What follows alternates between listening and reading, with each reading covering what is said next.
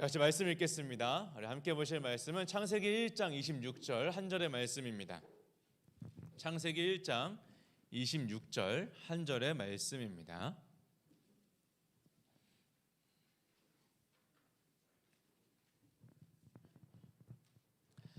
네, 우리 같이 한 목소리로 읽도록 하겠습니다. 시작. 하나님이 이르시되 우리의 형상을 따라 우리의 모양대로 우리가 사람을 만들고 그들로 바다의 물고기와 하늘의 새와 가축과 온 땅과 땅에 기는 모든 것을 다스리게 하자 하시고. 아멘. 맞습니다. 잘 지내셨어요? 네, 좋습니다. 이렇게 우리 사이가 멀어진 것 같죠? 앞자리가 더 멀어졌네. 좋습니다. 여기서 어제까지 중등부가 수련회 했어요. 아세요? 다다음 주에 우리가 여기서 수련회 할 거고, 기대하는 마음으로 아직 신청 안 한 친구들 꼭 신청해 주시면 좋겠습니다. 마침 이번 주에 아내랑 같이 밥을 먹으면서 앉아가지고 유튜브를 뭘 볼까 하고 넘기다가 채널이 하나가 추천이 됐어요. 여러분 꼬꼬무라고 아세요? 치킨집 아니고 이거에 터졌다. 네. 꼬리에 꼬리를 무는 그날의 이야기 아시죠? 그 막 와가지고 장도연이랑 그 누구죠? 장성규가 이제 썰을 풀어주는 그 이야기인데, 근데 이렇게 딱 뜬 게 뭐였냐면 선풍기 아줌마 편이었어요. 혹시 선풍기 아줌마 아시는 분? 어른분들은 좀 아실 거예요. 뭐 한때 엄청 이렇게 논란은 아니고 뉴스가 되었던 어떤 분이었습니다. 본명은 한혜경 씨라는 여성분입니다. 그런데 이분이 잘못된 불법 성형으로 얼굴이 기형적으로 커졌어요. 이따 사진은 보여드리겠지만 아직 아니에요. 얼굴이 기형적으로 커져서 선풍기만큼 크다 그래서 별명이 선풍기 아줌마로 별칭이 붙었습니다. 원래는 되게 아름다우신 모습이었어요. 네, 이런 분이었습니다. 네, 가수를 꿈꾸고 있었고 되게 아름다운 모습으로 목소리도 좋아서 실제로 가수 활동도 하려고 하고 있었지만, 근데 막상 졸업하고 나서 사회에 나오니 기대하던 것만큼 가수 생활이 잘 되지 않았습니다. 그녀가 자신의 문제를 이렇게 일기장에 적었다고 합니다. 자신감이 있어야 되고 자아가 좀 강해야 되는데 내가 좀 내성적이라고 해야 되나? 그런 면이 좀 있었고, 그래서 그때는 항상 마음이 좀 위축되어 있었어 라고 스스로의 마음의 상태를 회고합니다. 자신감이 부족했다라는 거예요. 그러던 어느 날에 녹음실에서 연습을 하고, 한국에 돌아와서 녹음실에서 연습을 하고 있는데 한 언니가 녹음실에 놀러 옵니다. 근데 언니가 되게 당차게 문을 열고 들어오는 거예요. 와가지고 막 아마 오빠 이러고 들어와가지고 막 내가 밥 한 턱 살게 이러고 딱 들어오는데 얼굴이 이쁘장하게 생겼고 돈도 많아 보이고 자신감이 가득 차 보였습니다. 근데 혜경 씨가 그 언니가 너무나도 멋있어 보였었던 거예요. 부러운 마음이 들었습니다. 그때 혜경 씨의 마음에 딱 하나의 생각이 들었는데 바로 이 생각이었어요. 성형해야겠다. 근데 실제로 그 언니가 성형을 했는지 안 했는지 본인도 모른다 그랬어요. 그런데 그 언니를 보는 순간 그 자신감이 넘치는 모습이 그 언니의 외모에서 나온다 생각했고 자신이 성형을 해야겠다라고 결심하게 되었습니다. 그 당시에 성형 수술이 이제 막 시작하던 때라, 이제 막 이제 이렇게 양지로 올라오던 때라 비용이 너무 비쌌어요. 그래서 너무 비싼 비용을 감당할 수 없어서 어디로 갔냐면 불법 시술로 찾아갔습니다. 가정집 이런 데로 찾아가게 된 거예요. 근데 거기서 불법 시술을 받는데 이 맛이 들리니까 빠져나올 수가 없게 되는 겁니다. 수술을 거듭할수록 점점 더 얼굴은 망가져가니까 마음에 들지 않아 또 수술을 하게 되고 계속해서 성형 수술을 하자 성형 중독증에 걸렸습니다. 심지어는 마음의 병까지 얻어서 조현병까지 얻었습니다.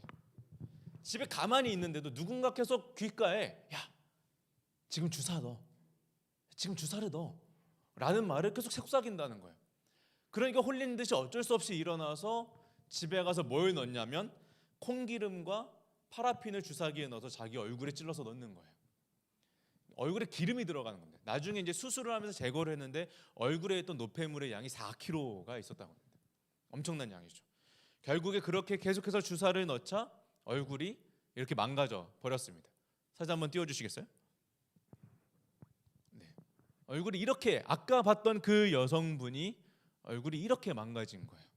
감당할 수가 없이 되었습니다. 누군가를 부러워하고 누군가를 닮고 싶었던 자기의 마음이 결국에는 계속해서 거듭할수록 자기 자신을 잃어버리게 만들었다라는 겁니다. 요즘 보면은 여러분 MBTI나 퍼스널 컬러 같은 거 엄청 유행하잖아요. 뭐 어떤 분 다꾸도 하시고 뭐 행구도 하시고 별별 다 꾸미더라고요. 그렇게 열중하는 여러분들의 모습을 보면 그 어느 때보다도 더 나다움을 추구하고 자기 자신만의 개성을 찾아가려는 열망들이 보입니다. 그렇죠. 여러분 다 그렇게 자기의 개성을 찾아가려고 열심히 노력하는 거예요. 그런데 한편으로는 아직 여러분 나다운 것이 무엇인지 정확히 알아요? 뭐가 진짜 내 성격이고 뭐가 내 진짜 추구미고 뭐가 내 진짜 성격 뭐 이렇게 취향이고 이거 다 알아요? 내 퍼스널 컬러 MBTI 다 알아요? 알겠죠. 하지만 그게 과연 나 진짜 나라고 할 수 있는가? 정확히 나 자신을 아직 정의를 내리지 못하기 때문에 나다운 것이 뭔지도 모르고 그게 뭔지도 모르는 상태로 그냥 나다움만 추구하는 거예요. 그러니까 한편으로는 더 나은 나다움을 추구하게 되는 겁니다. 내 모습보다 더 나은 완벽한 나의 모습을 나다움이라고 정의하고 추구하게 되는 거예요. 원래 MBTI나 퍼스널 컬러도 다 뭐예요? 지금의 나를 돌아보고 스스로에 대해서 더 잘 알 수 있도록 이해를 돕는 진단 도구잖아요. MBTI, 퍼스널 컬러 다. 근데 정작 그렇게 검사해놓고는 뭐라 그래요? 아, 내가 I가 90인데 E가 되고 싶어. 그러니까 이 호소인이 되고 사회에 나와서 억지로 억텐을 끌어올려서 E가 되려고 합니다. 뭐 나는 검사를 해보니까 T인데 F로 공감하는 사람들이 너무 부러워. 그러니까 막 억지로 공감하는 척을 하는 거예요. 가끔 제가 상담하다가 그렇구나 하고 공감하면 웃는 친구들이 있는데 제가 그렇게 공감을 못하나 봐요. 아닌데 저도 그래요. 이게 설교를 되게 나름 이성적으로 한다고 생각을 해서 그런가요? 모르겠지만 설교를 되게 밋밋하게 한다는 생각을 해서 감성을 좀 담아내고 싶다. 감정이 막 이렇게 끌어오르는 그런 설교를 하고 싶다라고 생각을 했는데 옆에서 누군가 그러지 말라 그러더라고요. 억지로 그렇게 할 필요 없다고. 근데 설교도 막 유머스럽게 하고 싶었어요. 막 재밌고 싶어. 그래서 막 억지로 유머를 넣었더니 또 한 친구가 그랬어요. 목사님, 그러니까 다른 데서 사역할 때 이야기하네. 전도사님, 굳이 설교에 유머가 필요하다고 생각하지 않습니다. 재미도 없으니까 그만하시죠. 그러더라고요. 그래서 네 알겠습니다 하고 넘어갔는데 막 그런 거죠. 퍼스널 컬러를 진단해봤더니 나는 봄웜이야. 근데 겨울 쿨톤의 그 색상이 너무 마음에 들어. 그래서 그런 옷을 입고 싶어. 원래는 뭐야? 원래는 나를 더 잘 이해하려고 해준 거였는데 진단을 받고 나니까 반대편, 내가 가지지 못한 반대편이 더 재밌어 보이고 즐거워 보이고 좋아 보이는 거야. 근데 그걸 갖고 싶은 거야. 나다움이라고 진단을 해줬더니 그게 나라고 정의하지 못하고 다른 나를 추구한다라는 거죠. 그러니까 더 멋진 나다움을 찾기 위해서 추구하면서 스스로 뭔가 위축되어 있어요. 불만족스러운 거예요. 그러니까 어떻게 돼요? 자존감이 떨어져요. 누군가 말 한마디 던지면 내가 그걸 괜히 신경 쓰게 돼요. 내가 조금 모자란 것은 아닌가? 내가 조금 부족한 것은 아닌가? 계속해서 자신감이 떨어집니다. 그래서 나에게는 없는데 다른 사람이 가지고 있는 그 모든 것들을 부러워하고 그것을 닮고자 합니다. 보통 많은 사람들이 닮고 싶은 모습을 우리는 아이콘이라고 부릅니다. 잠깐 자료를 좀 쓸 건데 이걸 아이콘이라고 부르네요. 옆에 있는 친구 보여요? 보이죠? 좋습니다. 자, 이런 나가 있어요. 저희 아내가 그렸습니다. 사실 이것도 닮고 싶은 부분이에요. 나는 미술을 잘 못하거든요. 아내가 그림을 잘 그려요. 아내는 부탁했습니다. 그러면 닮고 싶은 모습을 우리는 아이콘이라고 부르고 그 시대마다 유행하는 아이콘들이 다 있습니다. 또 우리 주변에도 굳이 시대상이 아니더라도 우리 주변에도 닮고 싶은 나만의 아이콘들이 다 있을 거예요. 우리는 저마다 그런 아이콘들을 부러워하고 닮고자 합니다. 제가 고등학교 때, 자, 이 친구를 보세요. 범죄자 아닙니다. 몽타주 아니에요. 자, 이런 친구가 있는데, 자, 이 친구한테 완벽해 보이나요? 안 그런가 봐요. 뭐가 필요할까요? 머리숱, 자라나라 머리. 여러분 제가 고등학교 때 유행하던 머리가 뭐였냐면 모이칸이었어요. 그래서 제 사진을 갖고 올라다가 안 가져왔는데, 그래서 네, 저가 그래서 고등학교 때는 항상 모이칸 머리를 하고 다녔습니다. 이렇게 해가지고 삼각형으로 세웠어요. 이렇게 항상 그 모이칸의 포인트는 꼭지가 이렇게 찝어져 있어야 돼요. 이렇게 밤톨처럼 찝혀져야 모이칸입니다. 하고 가운데가 약간 올라가 있어야 돼요. 약간 이렇게. 초사이언은 아니고요. 이런 식으로 돼야 모이칸이죠. 이게 사실 거의 저였습니다. 네.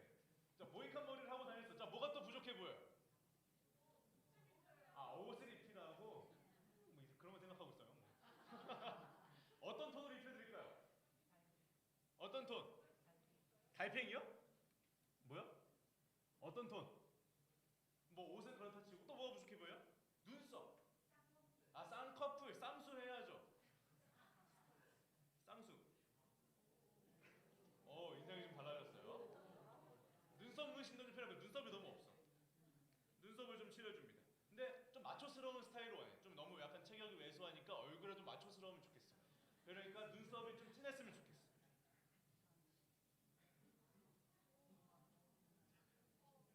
어때요? 좀 남은 한 명의 남성 나오셨어요. 또 뭐가 필요할까요? 약간 좀 최신 유행하는 화장법을 따라서 약간 좀 홍조가 좀 필요할 것 같아요. 약간 테토스럽지만 좀 애견스럽게 그 테토와 애견의 그 중간을 또 뭐가 필요할까요? 너무 표정이 너무 없잖아요. 표정 너무 없어. 그러니까 좀 웃었으면 좋겠어요. 입이 좀 컸으면 좋겠고. 아, 이목구비가 시원시원해졌습니다. 마음에 드십니까? 근데 또 마음에 또 안 들어요. 또 뭐가 마음에? 코가 마음에 안 들어요. 아, 코를 좀 세워요. 아, 근데 이 코를 어떻게 세우지? 자, 코를 한 개 더 세워드렸습니다. 이상해졌는데? 또 뭐가 마음에 안 들어요? 아, 입술에 필러를 좀 맞추자. 입술에 필러를 좀 맞추자. 윗입술도 그럼 이왕 된 거 필러 좀 맞출게요. 자, 필러 좀 맞췄어요. 괜찮나요? 아, 콧볼이 너무 없어. 아, 선생님, 취향이 점점 콧볼 좀 추가해줘요. 근데 저는 학창 시절에 그랬어요. 웃는 게 저는 되게 웃음을 막 허허허 웃었거든요. 남자답게 허허허 웃는 얘가 너무 부러운 거예요. 웃음소리도 좀 고쳐봤어요. 웃을 때 시원시원하게 웃을 수 있도록. 허허허허 웃을 수 있도록 남자다운 웃음으로 좀 고쳐줬습니다. 자, 어때요? 근데 좀 약간 너무 볼이 너무 계란형이에요. 좀 통통해요. 그래서 좀 살을 좀 뺐으면 좋겠죠. 약간 좀 갸름하게 좀 바꿔봤어요. 또 뭐가 필요할까요? 요즘 또 쇄골 주사도 맞는다고. 쇄골 들어 보이게. 쇄골 주사도 맞춰줘요. 마음에 들어요? 근데 또 요즘 유행하는 게 남자들도 귀걸이 하고 다니더라고. 십자기가 뭐야? 남자답게? 아, 남자들 구렛나루. 아, 선생님이 요구사항이 많으시네. 구렛나루. 아, 근데 저는 내가 그래. 그래. 자, 근데 남자다움을 좀 더 추가하려면 이왕 가슴털도 좀 있으면 좋을 것 같아요. 자, 이렇게 좀 해봤습니다. 마음에 들어요? 뭐야, 수영? 저희 워너비였는데 수영.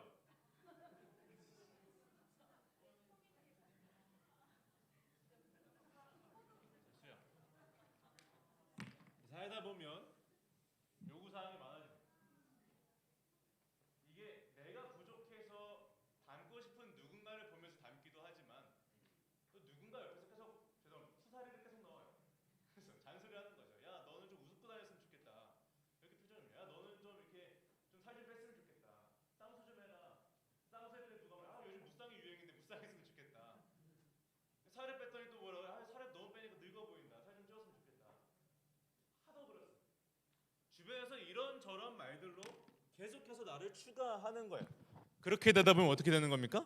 이렇게 되는 거예요. 이렇게 되는 거예요. 여러분, 나를 찾지 못해서 계속해서 수정했다가 수정하다가 결국 저렇게 변하는 겁니다. 여러분, 이 모습을 과연 나답다라고 말할 수 있을까요? 나다움이라고 말할 수 있을까요? 온전한 나다움을 찾기 위해서 계속해서 수정을 거듭하면 거듭할수록 결국 자기 자신을 잃어버리게 되고 맙니다. 결국 진짜 나는 사라지고 남들에 의해서 만들어진 나만 존재하게 되는 거예요. 여러분, 세상에 말하는 나다움은 결국에 기억하세요. 남다움을 모방하는 것에 가깝습니다. 나는 나름 나다움이라고 추구하고 살지만 그게 결국엔 남다움을 모방한다라는 거예요. 여러분, 그렇다면 정말로 과연 나다운 것이 무엇일까? 정말 나다운 게 무엇일까? 정말 나다운 것이라는 것은 뭐 인위적인 게 아니라 내가 자연스럽게 가지고 있는 본래의 고유한 것을 나답다라고 말할 수 있겠죠. 그걸 영어로 하면 오리지널리티예요. 근데 여러분 보면 어떤 상품이나 브랜드는 자기만의 고유한 그 오리지널리티를 지켜내는 것이 오래 살아남는 것 같습니다. 여러분, 그래서 몇 가지 사례를 좀 가져와 보면, 여러분 콜라 좋아하죠? 콜라 하면 떠오르는 브랜드 코카콜라죠. 누가 펩시를 이야기하죠? 죄송합니다. 취향 차이가 있으니까. 이것도 그래요. 뚝심 있게 말하세요. 펩시라고. 자, 아무리 펩시가 있어도 지금 우리가 콜라 하면 가장 먼저 떠오르는 건 빨간색 캔의 펩시란다. 코카콜라입니다. 지금 우리가 마시고 즐거워하는 그 콜라가 맛이 변할 뻔했다는 사실 알고 계세요? 지금 알고 있어요. 1985년에 코카콜라가 출시한 뉴 코크 사태입니다. 네, 이 사진 띄워주세요. 당시 경쟁사였던 펩시가 공격적인 마케팅을 펼칩니다. 우리 콜라가 좀 더 달고 맛있어요라고 마케팅을 공격적으로 펼치니까 코카콜라가 점점 그 매출이 떨어지는 거예요. 그러니까 불안감을 느낍니다. 그래서 사람들이 어떻게 할까 하고 고민하다가 변화하는 사람들의 입맛과 그 상황에 따라서, 취향에 따라서 무려 99년 동안 지켜왔던 코카콜라의 레시피를, 전통의 레시피를 버려버리고 신제품을 출시합니다. 이름하여 뉴 코크라는 걸 출시합니다. 그런데 코카콜라가 출시했어요. 사람들 반응이 어땠을까요? 난리가 났습니다. 좋은 난리였을까요? 미국 전역에 시위가 벌어져요. 시위가 벌어지고 항의 단체들이 만들어지기 시작하고, 어떤 사람은 코카콜라 직원이었는데 걸어가다가 멱살을 잡히기까지 하고 맞기까지 했답니다. 수많은 사람들이 편지를 쓰면서 모든 사무실 본사 전화 다 마비되고 사무실 마비되고 일을 할 수가 없는 거예요. 사람들이 편지를 써서 코카콜라 본사에 항의를 하는데 그 항의 내용이 이렇습니다. 코카콜라는 전통을 저버렸습니다. 코카콜라만의 독특한 맛이 사라졌습니다. 이제는 그냥 평범한 콜라 맛입니다. 오리지널을 돌려주세요. 그래서 다시 뉴 코크를 폐지해버리고 자신만의 오리지널 콜라를 출시합니다. 반대로 오리지널리티를 잘 지켜서 지금까지 살아남은 사례가 있습니다. 바로 미국의 인앤아웃 버거입니다. 아시는 분? 네 분 들어보셨을 거예요. 미국의 유명한 브랜드이기도 하고, 포장지와 콜라 컵에 성경 말씀을 적어놓는 기독교적인 기업으로도 유명합니다. 근데 아무리 세월이 흘러도 인앤아웃 버거가 꼭 지키는, 지금까지 뚝심 있게 지켜내는 것들이 몇 가지가 있다고 합니다. 뭐냐면 첫 번째는 1948년에 창업을 했는데 지금까지도 메뉴가 단 4개뿐입니다. 햄버거, 치즈버거, 더블버거, 감자튀김. 이 4가지밖에 없어요. 음료는 별개고, 우리에게 익숙한 당연히 있어야 되는 치킨 너겟 없습니다. 아무것도 없어요. 단지 오로지 버거가 4개뿐입니다. 또한 냉동 제품은 전혀 쓰지 않고 모두 냉장 제품을 원칙으로 합니다. 패티 마찬가지예요. 패티도 인근에서 가지고 올 수 있는 냉장 제품을 쓰고, 감자튀김 냉동 쓰지 않습니다. 직접 매장에서 다 자릅니다. 껍질 까고 썰어서 튀기는 것까지 매장에서 직접 다 합니다. 냉동 제품을 전혀 쓰지 않아요. 프랜차이즈 미국 전역에 있긴 하겠지만 프랜차이즈화 하지 않습니다. 가맹점 주지 않아요. 무조건 다 본사가 관리합니다. 그래서 인앤아웃 버거의 직원이면 본사 직원이 되는 거예요. 이 프랜차이즈를 하지 않겠다, 다 본사에 관리하려 두고 한 가족으로 두겠다. 그래서 미국에 유명하지만 매장 수가 적대요. 맥날이나 버거킹 시즌마다 새 메뉴를 내놓습니다. 나라마다 새로운 메뉴를 내놓습니다. 그런데 인앤아웃 버거 새 메뉴 내놓지 않습니다. 그런데 아직까지도 전 세계에 있는 사람들이 미국에 가면 꼭 먹어봐야 하는 가장 기본에 충실한 버거로 사랑받고 있습니다.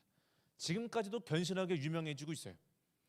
여러분, 상황에 따라 변하지 않고 다른 브랜드의 가치를 따라가지 않고 자신만의 오리지널리티를 지켜내니까 살아남는 겁니다. 그러면 과연 나만의 고유한 오리지널리티는 무엇일까? 나다움이란 것은 무엇인가요? 코카콜라의 사례처럼 모든 브랜드나 상품이 그 자신만의 오리지널리티를 잃어버릴 때마다 꼭 항상 하는 게 있습니다. 뭐냐면 근본으로 돌아가는 거예요. 처음에 브랜드와 상품이 만들어졌던 그 처음 시작 오리지널로 돌아가는 겁니다. 기존에 덮어졌던 것들 다 버려버리고 자기만의 오리지널로 다시 돌아가는 겁니다. 이렇게 오리지널리티로 돌아가는 거예요.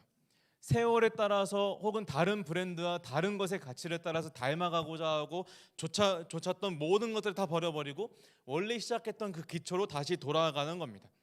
그러면 우리도 과연 나다움이란 것은 무엇일까? 오리지널리티, 우리의 오리지널리티를 찾기 위해서 한번 근본으로 돌아가 봅시다. 우리의 오리지널리티는 무엇일까? 성경은 우리가 창조된 그 근본을 하나님의 형상이라고 부릅니다. 우리 26절의 말씀 한 번 더 같이 읽어보겠습니다. 시작. 하나님이 이르시되 우리의 형상을 따라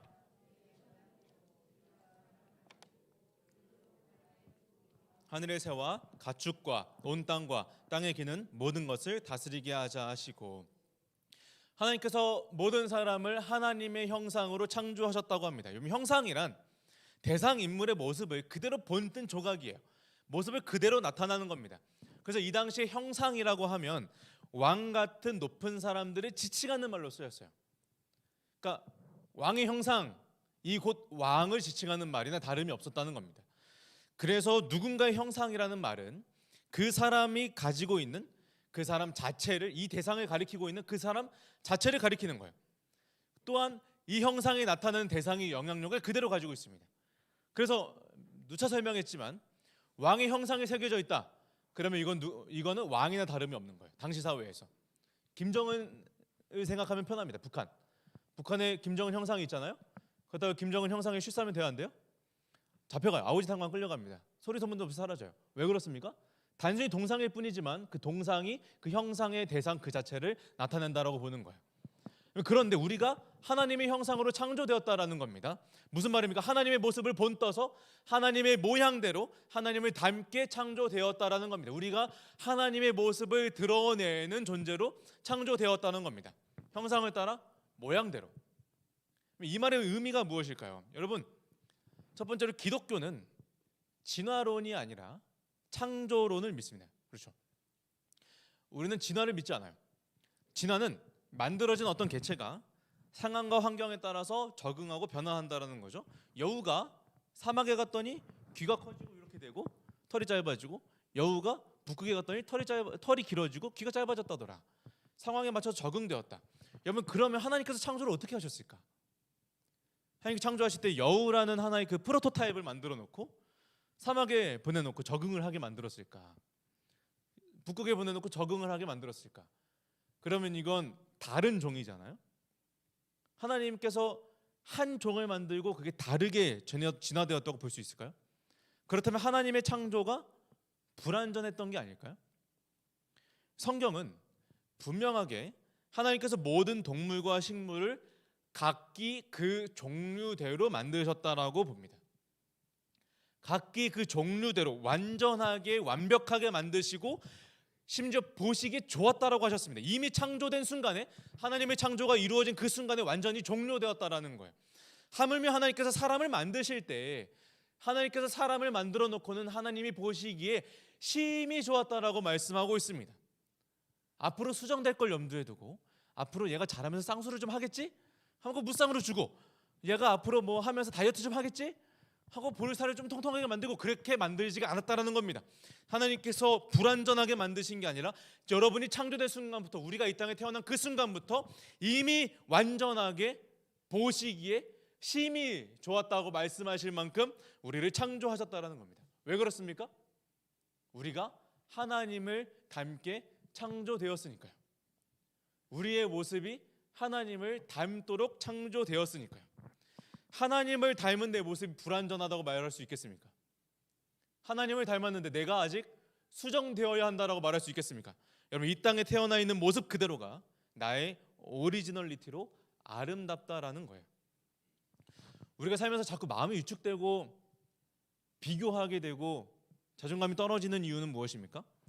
세상이 정해놓은 아이콘과 나를 계속해서 비교하기 때문입니다.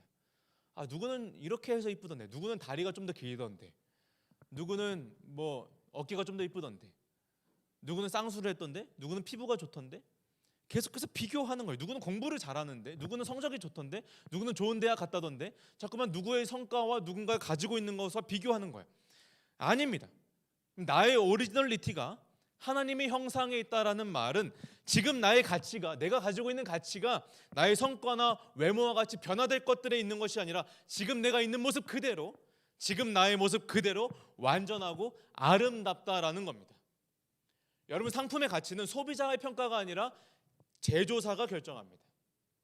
아무리 싸구려 같이 보이는 것들이라도 제조사가 명품이면 값을 치르는 거예요.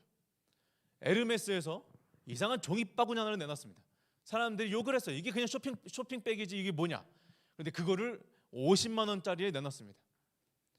그냥 남들이 보고 이마트나 이런 데서 살 수 있는 종이바구니라 할지라도 에르메스가 이거를 50만 원에 내놓으면 이거는 50만 원어치의 값어치가 되는 거예요. 사람들이 아무리 욕하고 비방한다 할지라도 이 가방의 값어치가 떨어지지 않습니다. 이 가방을 누군가 사는 순간 그 값은 50만 원이 되는 거고 이 가방의 가치는 50만 원짜리 가방이 되는 거예요. 여러분, 그렇습니다.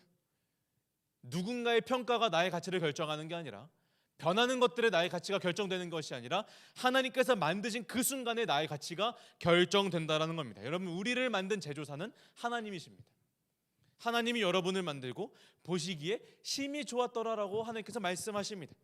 내가 하나님의 형상이라는 것은 누가 뭐래도 변하지 않는 절대적인 가치예요. 남들의 지적을 따라 자신을 수정하느라고 여러분 지치지 마십시오. 삶을 허비하지 마십시오. 남들의 평가에 따라 나의 삶을 바꾸고 성격을 바꾸고 외모를 바꾸려고 삶을 허비하지 마십시오.